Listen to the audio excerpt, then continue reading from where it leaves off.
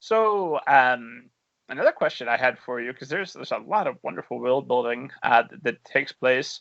Let's start with pigeons. How much research did you do about pigeons? How important was it to you to portray pigeons as actual pigeons while still being true to the somewhat fantastical nature of parts of the story? Well, that was a really kind of difficult line to figure out. Also, because pigeon research uh, advanced by, I'm trying to think of a pun of leaps and bounds, by many wing. Anyway, there's a lot that's come out about pigeon brains and pigeon intelligence just in the past 5 years that wasn't known or easily accessible when I first started writing the book. And I What are you felt doing, like, pigeon researchers? That's not cool. well, pigeon researchers, I feel like there's just come a lot more has come out, or a lot more well-designed studies have been done in the past few years. And I definitely felt like I wanted some things I took liberty with, like their ability to carry things is definitely, I don't know that they could carry, a group of pigeons could carry a girl like they did, but other aspects of it are definitely real. Like the facts that Aggie, Koo's friend, mentions during the book, those are all based on actuality. And even the pigeon's ability to recognize Koo's name, that's real, because scientists have shown that pigeons can recognize typos in common words, which is fascinating. If they see, after they've been trained to identify words, which they can tell if a word like bird that they're familiar with, it should be B-I-R-D. They recognize if it's B-R-I-D, that it's been spelled incorrectly, but that it's still bird. So I find that really fascinating.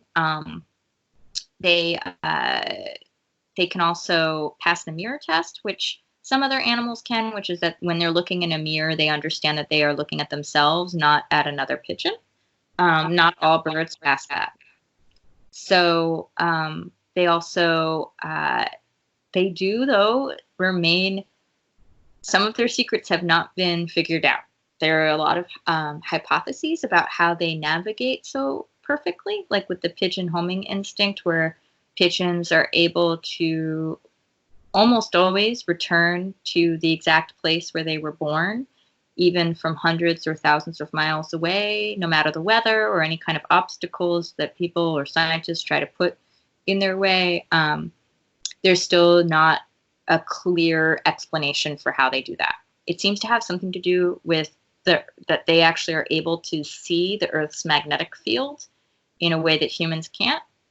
But it's So not. they're just kind of like flying around like Neo in the Matrix. Kind of, yeah. They are not. It still hasn't been definitively nailed down exactly how they do it. Well, that's what you'll explore in Coup 2. Yeah, maybe. We'll see. So, did you? This is a question I ask a lot that I think is probably a little bit obnoxious, but I just know too many writers. Did you go up on any roofs? Did you spend a lot of time around pigeons? So I did.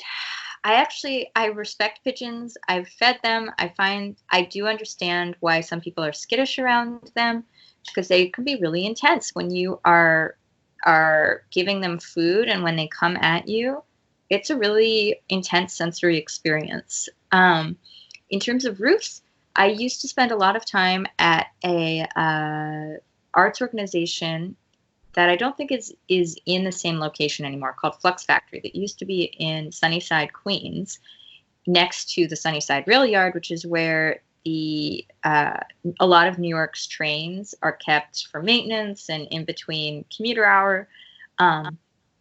And their building was in this old warehouse, the factory building that was directly next to the rail yard. And Koo's setting is definitely based on that. I don't even think the building exists anymore. I think it's been torn down, because my husband and I drove around it recently, and I also looked on Google Maps, and it appears to be either being reconstructed. Anyway, it's not there.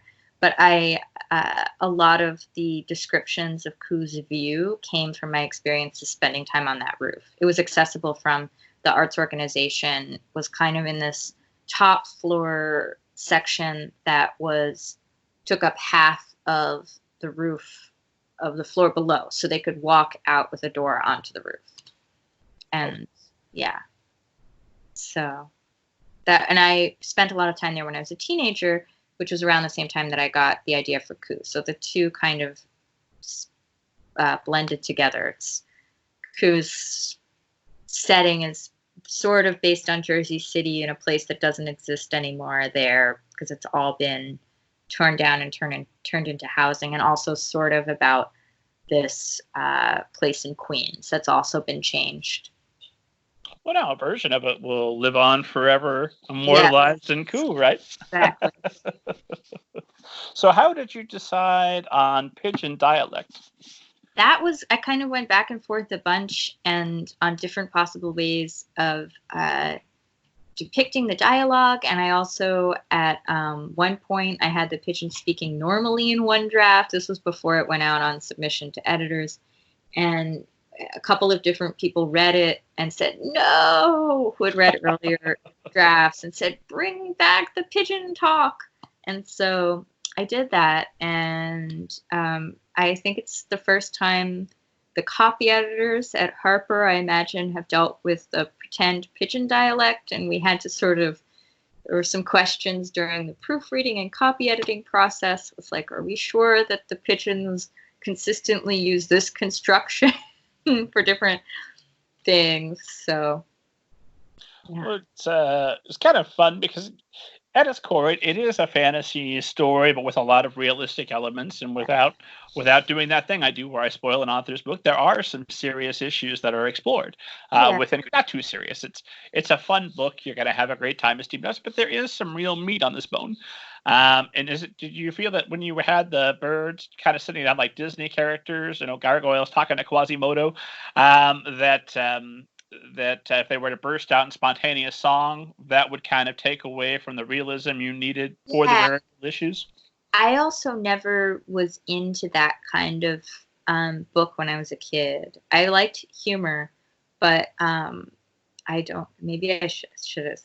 I was never a Disney fan as a child. I always found the kind half your readership gone. What are you doing? I mean, I'm honest. I have utmost respect for people who are and did, but for me, when I was a kid, I really, I liked more serious books, and I don't think Coup is that. I mean, I don't know how serious one. Like you said, there's some issues. It's not. I don't think it's heavy-handed, but I definitely I didn't want the birds to be comical in and of themselves, even though I think Ruhu, one of the birds, he's kind of vicious, but he's also really funny.